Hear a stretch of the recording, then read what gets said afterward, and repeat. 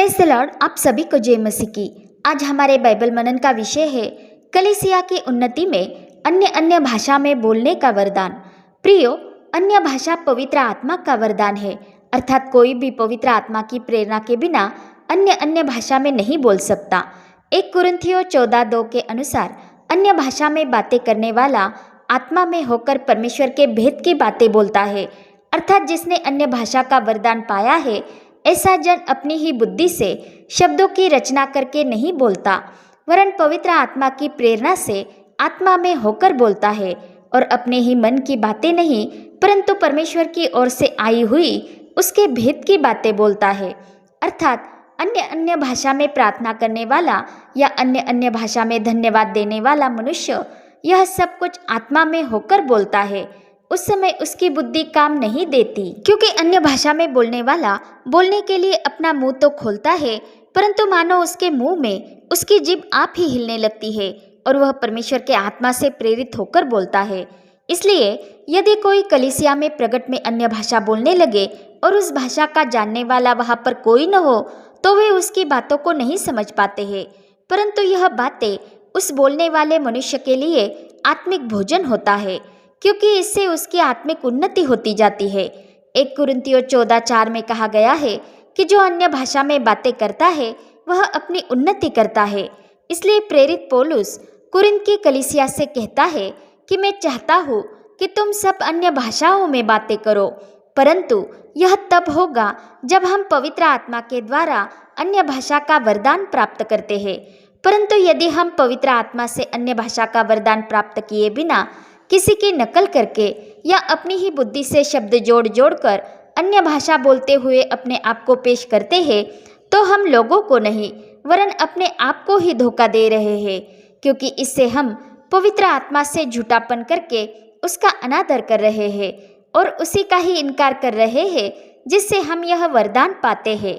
झूठे वे नहीं ठहरते जो सच में पवित्र आत्मा की प्रेरणा से बोलते हैं, जिसका गवाह उनका अपना आत्मा भी होता है, क्योंकि मनुष्य की बातें उसका अपना आत्मा जानता है। इसलिए जो अपने आत्मा का विरोध करके अपने मुंह से झूठ बोलता है वह पवित्र आत्मा से झूठापन करता है। यह इस कारण भी हो सकता है क्योंकि कई सारे जनों के मन में यह गलत धारणा होती है कि यदि हमें अन्य भाषा का वरदान नहीं है तो लोग यह मान लेंगे कि हमें पवित्र आत्मा ही नहीं है। यह तो सच है कि बिना पवित्र आत्मा का दान पाए हुए कोई भी अन्य भाषा का वरदान प्राप्त नहीं कर सकता है, परंतु हमें यह भी समझना अवश्य है कि पवित्र आत्मा से भांति भांति की भाषा बोलने का वरदान पाकर परमेश्वर की बड़ाई वो ही करता है जो सत्य का वचन सुनकर ग्रहण करता है। जो सत्य वचन हमारे उद्धार का सुसमाचार है, अर्थात जो प्रभु यीशु मसीह का सच्चे मन से अंगीकार करता है, परमेश्वर उस पर पवित्र आत्मा की छाप करता है, भले ही उसे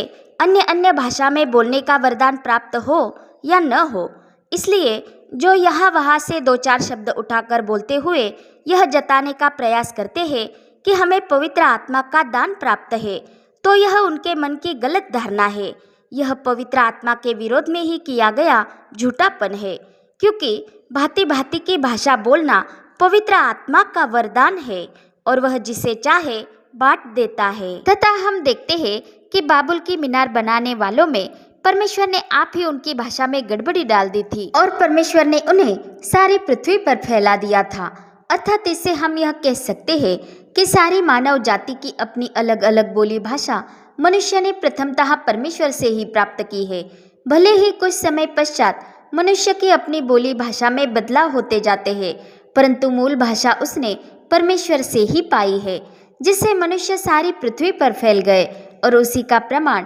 पवित्र आत्मा के इस अन्य अन्य भाषा के वरदान के द्वारा अब हम पर प्रकट हुआ है, क्योंकि वो ही सच्चा परमेश्वर हर किसी की भाषा के द्वारा उसकी बोली भाषा में ही उससे बातें किया करता है और हर किसी की भाषा में की गई उसकी प्रार्थना को सुनता है, उसकी बातों को समझता है, क्योंकि मनुष्य ने अपनी अपनी भाषा परमेश्वर से ही पाई है। इसलिए अन्य अन्य भाषाओं में बोलने का यह वरदान विश्वासियों के लिए नहीं वरन अविश्वासियों के लिए चिन्ह है। और इससे अपने सोच विचार से हमें यह प्रतीत होता है कि जैसे परमेश्वर ने भाषा में गड़बड़ी उत्पन्न करके मनुष्यों को पृथ्वी पर फैला दिया था, मानो अब इस अन्य भाषा के वरदान के द्वारा पवित्र आत्मा उन्हें मसीह यीशु में एकत्रित कर रहा हो, क्योंकि हम देखते हैं कि जब यीशु के स्वर्गारोहण के पश्चात पेंतीकुस्त के दिन प्रभु के 120 चेलों पर पवित्र आत्मा उतरा,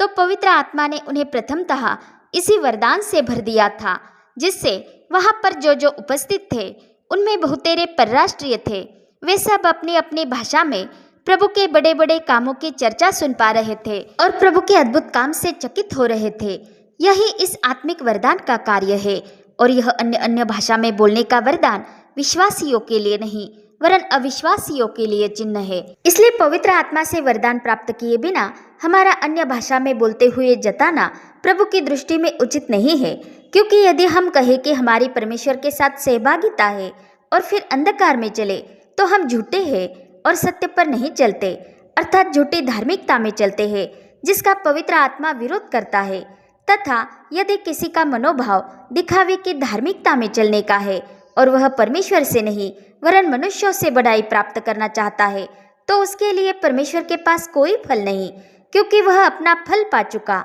इसलिए यदि हम भी केवल मनुष्यों से बड़ाई प्राप्त करने हेतु अन्य भाषा का वरदान प्राप्त किए बिना यह जताने का प्रयास करते रहे कि हमें यह वरदान प्राप्त है, तो यह प्रभु की दृष्टि में उचित नहीं है। इसलिए यदि हम यह आत्मिक वरदान पाने की धुन में है कि इससे हमारी और कलीसिया की उन्नति हो, तो अन्य अन्य भाषा में आप ही बोलने का प्रयास करने के बजाय हमारे लिए यह उचित है कि हम पवित्र आत्मा से यह वरदान मांगे, जो हमें वरदानों से भरने के लिए उत्सुक है। और हम जानते हैं कि उसकी अगुवाई के बिना कोई भी अपने आप ही अपनी उन्नति नहीं कर सकता है। तथा वचन कहता है कि जो कोई परमेश्वर के आत्मा की अगुवाई से बोलता है, वो कदापि यह नहीं कहता कि यीशु श्रापित है, और न ही कोई पवित्र आत्मा के बिना यह कह सकता है कि मानव शरीर में होकर आया हुआ यीशु मसीह प्रभु है। इस रीति से पवित्र आत्मा के बिना हम कोई वरदान प्राप्त नहीं कर सकते हैं। वरदान तो कई प्रकार के हैं, सेवाएं भी कई प्रकार की है और प्रभावशाली कार्य कई प्रकार के हैं, परंतु इन सब में हर प्रकार का प्रभाव उत्पन्न करने वाला परमेश्वर एक ही है। और हम जानते हैं कि आत्मा एक ही है, प्रभु एक ही है और परमेश्वर एक ही है।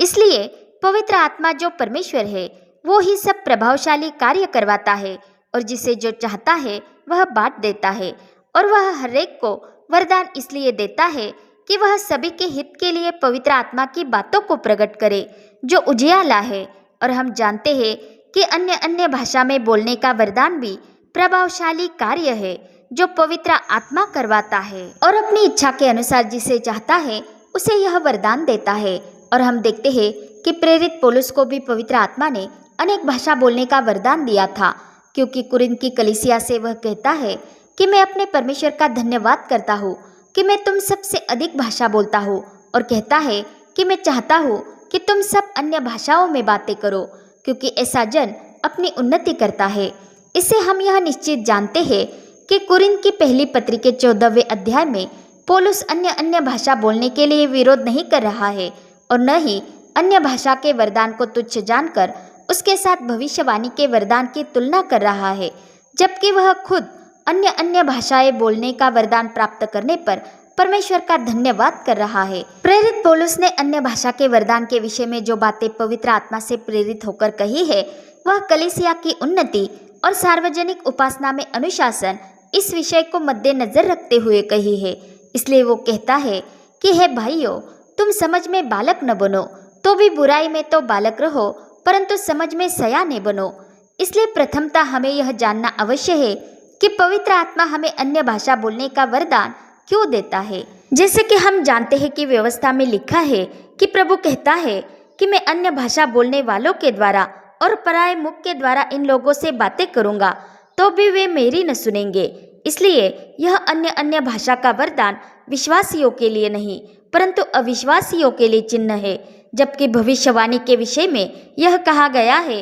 कि भविष्यवाणी अविश्वासियों के लिए नहीं परंतु विश्वासियों के लिए चिन्ह है। इसलिए यदि कलीसिया एक जगह इकट्ठी हो और सब के सब ऊंचे स्वर में अन्य अन्य भाषा में बोलने लगे, परंतु उस भाषा का समझने वाला कोई न हो और अनुवाद करने वाला भी कोई न हो,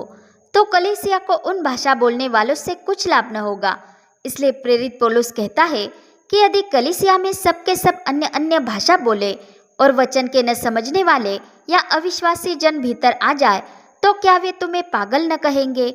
इसलिए उपासना में अनुशासन रहने हेतु प्रेरित पौलुस ने पवित्र आत्मा की प्रेरणा से ही कहा है कि यदि अनुवाद करने वाला न हो तो अन्य भाषा बोलने वाला व्यक्ति कलीसिया में शांत रहे और अपने मन से और परमेश्वर से बातें करे। यह अनुवाद करने का वरदान भी पवित्र आत्मा ही देता है ताकि कलीसिया की उन्नति हो। इसलिए 1 कुरिन्थ 14:13 में कहा गया है कि जो अन्य भाषा बोले तो वह प्रार्थना करे कि उसका अनुवाद भी कर सके। जगत में कितनी सारी भाषाएं हैं, परंतु एक भी बिना अर्थ की नहीं है। परंतु यदि हम किसी भाषा का अर्थ अपनी समझने वाली भाषा में न समझे तो हम उस भाषा बोलने वाले के लिए परदेशी ठहरते हैं और बोलने वाला हमारी दृष्टि में परदेशी ठहरता है।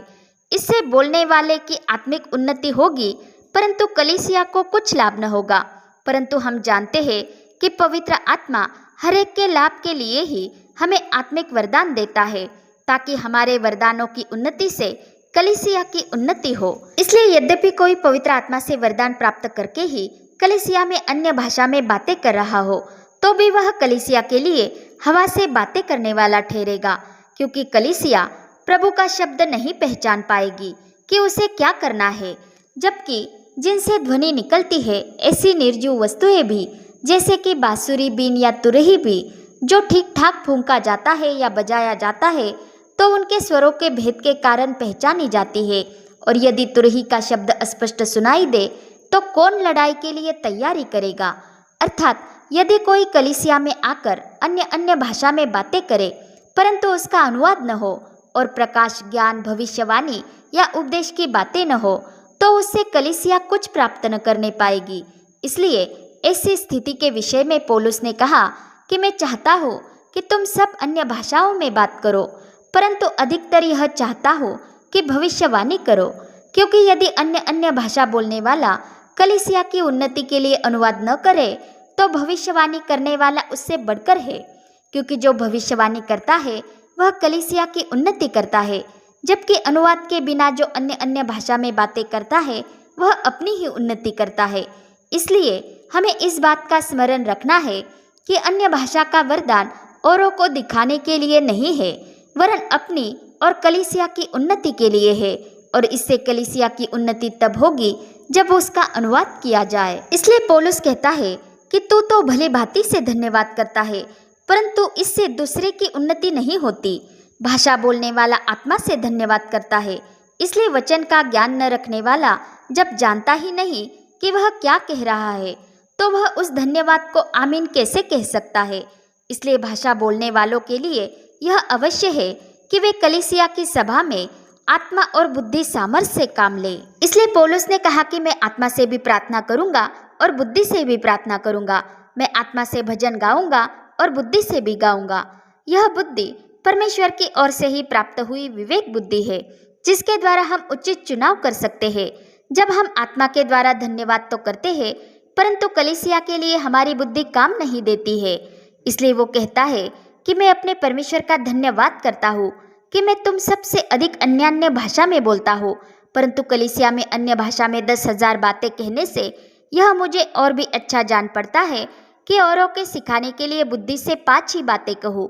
यह बात पौलुस ने घमंड के भाव से नहीं कही है और न ही वो अपने आप को सबसे बढ़कर मान रहा है और न ही आत्मिक वरदानों की तुलना कर रहा है और न ही अन्य भाषा बोलने से मना कर रहा है, जबकि वह तो आप ही इस वरदान को पाने पर परमेश्वर का धन्यवाद कर रहा है। परंतु कलीसिया में अपनी विवेक बुद्धि से सही चुनाव करने के विषय में कलीसिया का अगुवा होने के तौर पर कलीसिया को सूचित कर रहा है और यह बातें उसने पवित्र आत्मा की अगुवाई में कही है। और यही अनुशासन उसने कलीसिया की सभा में संदेश देते समय और प्रकाशन देते समय भी सिखाया था कि संदेश देने वालों में से 2 या 3 बोले और शेष लोग उनके वचन को परखे। परंतु यदि दूसरे के पास जो बैठा है कुछ ईश्वरीय प्रकाश हो तो पहला चुप हो जाए, ताकि सब एक एक करके संदेश दे सके और सब सीखते जाए और सब शांति पाए। परंतु इस विषय पर आज की कलीसिया का यह मानना है कि प्रेरितों के समय में उन्होंने जो अनुशासन के नियम निर्धारित किए थे वे आज भी वैसे ही निर्धारित किए जाए। यह बंधनकारक नहीं है और यह बात हम समझ सकते हैं क्योंकि पवित्र आत्मा जैसे हर कलीसिया की अगुवों की अगुवाई करता है वैसे ही उन्हें चलना उचित है। परंतु इसके साथ ही हमें इस बात पर भी गौर करना अवश्य है कि अन्य भाषा में बोलने का वरदान व्यर्थ नहीं है। इसलिए उस भाषा में केवल कलीसिया में आकर ऊंचे स्वर से बोलना काफ़ी नहीं है। अपनी उन्नति के लिए अपने मन में परमेश्वर से उस भाषा के द्वारा बातें करना और कलीसिया की उन्नति के लिए उस भाषा का अनुवाद करना अवश्य है, ताकि सब प्रभु का शब्द सुने और जान ले कि प्रभु कलीसिया से क्या कहता है। और इसी संदर्भ में पौलुस ने कहा कि यदि अनुवाद करने वाला न हो तो भाषा बोलने वाला कलीसिया की सभा में चुप रहे। परंतु यहाँ पर उसने भाषा बोलने से मना नहीं किया है, परंतु कई जनों ने इसका यह गलत अनुवाद कर दिया कि हमें कलीसिया की सभा में अन्य भाषा बोलनी ही नहीं है। यह तो ठीक उसी प्रकार हुआ जैसे पौलुस की इस बात पर गलत अनुवाद किया गया था कि स्त्रियां कलीसिया की सभा में चुप रहे। इस बात पर बहुतेरे जनों ने अपने मन में यह गलत धारणा रखी थी कि स्त्रियां कलीसिया की सभा में संदेश नहीं दे सकती है, परंतु यह निश्चय झूठ है, क्योंकि हम जानते हैं कि संदेश देना या भविष्यवाणी करना यह प्रभु की उपासना करने का ही एक अंग है। और उपासना करने के लिए क्या प्रभु ने स्त्री पुरुष में भेद किया है? कदापि नहीं। जबकि परमेश्वर की दृष्टि में स्त्री पुरुष दोनों एक देह ही है और परमेश्वर ने स्त्री को ऐसा सृजा है कि वह पुरुष की महिमा है। तथा हम देखते हैं कि प्रभु यीशु ने अपने पुनरुत्थान के पश्चात प्रथम दर्शन एक स्त्री को ही दिया था, अर्थात मरियम मगदलिनी को, और उसे ही प्रथमतः उसका सुसमाचार सुनाने की आज्ञा दी थी। और जिस पौलुस ने पवित्र आत्मा की प्रेरणा से कहा कि तुम सब मसीह में एक हो, न कोई नर न नारी, तथा जिसने कहा कि प्रभु में न तो पुरुष स्त्री से अलग है और न ही स्त्री पुरुष से अलग है, क्योंकि जैसे स्त्री पुरुष से है वैसे ही पुरुष स्त्री से है और सब कुछ परमेश्वर से है।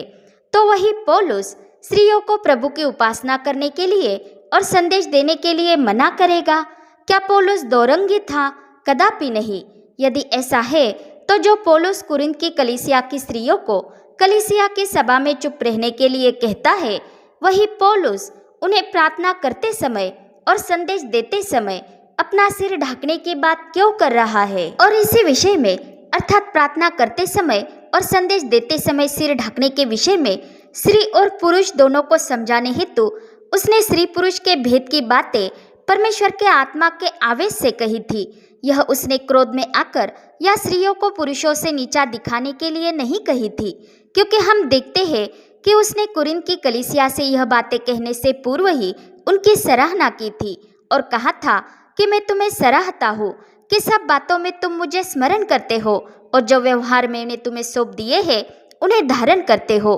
परंतु हम देखते हैं कि स्वाभाविक मनुष्य उतावली से अनुवाद करता है और झूठी शिक्षा को प्रचार में लाता है। इसलिए इस झूठी शिक्षा का प्रचार हुआ कि स्त्रियों को कलीसिया की सभा में संदेश देने का अधिकार नहीं है। परंतु हम देखते हैं कि यहाँ पर पौलुस ने कुरिन्थ की कलीसिया की स्त्रियों को कलीसिया की सभा में संदेश देने से मना नहीं किया था, परंतु कलीसिया की सभा में उन्हें बातें न करने की आज्ञा दी थी। कुछ बाह्य संसाधनों के द्वारा हमें यह जानकारी प्राप्त होती है कि उस समय के कुरिन्थ की कलीसिया की स्त्रियां बहुत गड़बड़ी करने वाली थी और कलीसिया की उपासना सभा में ही बातें किया करती थी, जिस कारण कलीसिया में गड़बड़ी होती थी। यद्यपि वे कोई यहाँ वहाँ की बातें न करती, वरन परमेश्वर के वचन के विषय में ही विवाद करती, परंतु हम जानते हैं कि उपासना में ही वाद विवाद करना अप्रशस्त आचरण है। यह ऐसी कोई बात नहीं है जिसकी सराहना की जाए। इसलिए पौलुस ने उन स्त्रियों को यह आज्ञा दी थी कि वे उपासना सभा में बातें न किया करे, वे चुप रहे और यदि वे कुछ सीखना चाहे तो घर जाकर अपने अपने पति से पूछे। यहाँ पर हमें इस बात पर भी गौर करना अवश्य है कि पौलुस ने यहाँ पर उपासना सभा में बातें करने का विरोध किया है, वचन को परखने का विरोध नहीं किया है, अर्थात कलीसिया की उपासना में गड़बड़ी होने का विरोध किया है। क्योंकि उसने आप कहा है कि जब कोई संदेश दे तो शेष लोग उनके वचन को परखे, और हम जानते हैं कि वचन कान से अर्थात सुनने से परखे जाते हैं, जीभ से नहीं। और हम जानते हैं कि वचन कहता है कि सुनना मसीह के वचन से होता है, जिसके द्वारा विश्वास हमारे मन में प्रवेश करता है और हमारा संदेह दूर हो जाता है और हम नए जीवन की चाल चलने लगते हैं और जीवन में बने रहते हैं। इसलिए यहाँ पर हमें यह प्रतीत होता है कि जैसे अनुवाद करने वाला कोई न होने के कारण अन्य भाषा बोलने वाले को कलीसिया में शांत रहने के लिए कहा गया था, और जैसे प्रकाशन बताने वाले को यदि किसी दूसरे को कुछ प्रकट हो तो उसे चुप हो जाने के लिए कहा गया था, वैसे ही स्त्रियों को बातें करने के लिए चुप हो जाने के लिए कहा गया था, संदेश देने के लिए नहीं, क्योंकि परमेश्वर गड़बड़ी का नहीं वरन शांति का करता है। इसलिए वो चाहता है कि पवित्र जनों की कलीसिया ऐसे सीखती जाए और उपासना करे कि सब शांति पाए, न कि कलीसिया में मतभेद होकर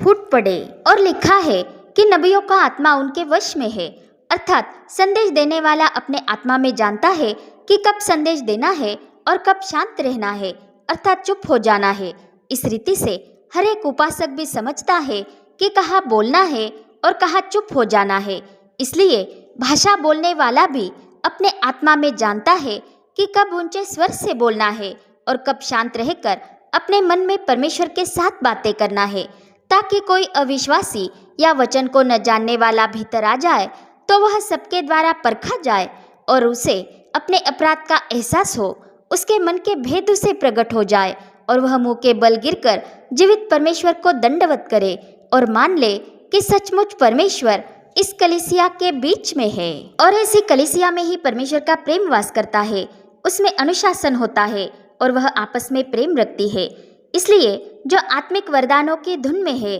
उन्हें प्रथमता यह अवश्य है कि वे उस प्रेम को अपना लक्ष्य बनाकर उसका अनुकरण करें, जिस प्रेम से हमारे प्रभु यीशु मसीह ने अपने आप को ही अपनी कलीसिया के लिए दे दिया। इसलिए पवित्र आत्मा से प्रेरित होकर प्रेरित पौलुस कहता है कि यदि मैं मनुष्यों की और स्वर्गदूतों की बोलियां बोलूं और प्रेम न रखूं तो मैं ठनठनाता हुआ पीतल और झंझनाती हुई झांझ हूँ। और यदि मैं भविष्यवाणी कर सकूं और सब भेदों को और सब प्रकार के ज्ञान को समझूं और मुझे यहाँ तक पूरा विश्वास हो कि मैं पहाड़ों को हटा दूं, परंतु प्रेम न रखूं तो मैं कुछ भी नहीं। और यह प्रेम हमें तब होता है जब हमें पवित्र आत्मा का फल होता है, और जिसमें पवित्र आत्मा का फल है वो ही बहुत फल फलता है, जिससे परमेश्वर की महिमा होती है। इसलिए प्रभु यीशु ने झूठे भविष्य वक्ताओं की पहचान उनके वरदानों से नहीं वरन उनके फलों से करने के लिए कहा है, क्योंकि झाड़ियाँ अंगूर या ऊंट कटारे अंजीर नहीं उगाते,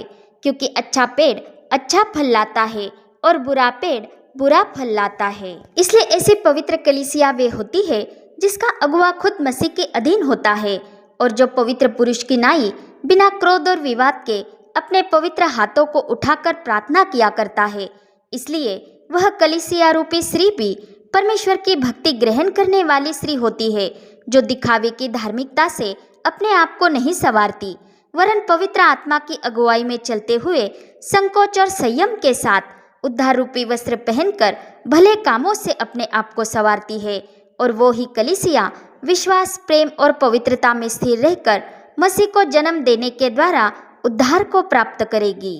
पिता परमेश्वर का प्रेम, प्रभु यीशु मसीह का अनुग्रह और पवित्र आत्मा की सहभागिता हम सबके साथ होती रहे। आमीन।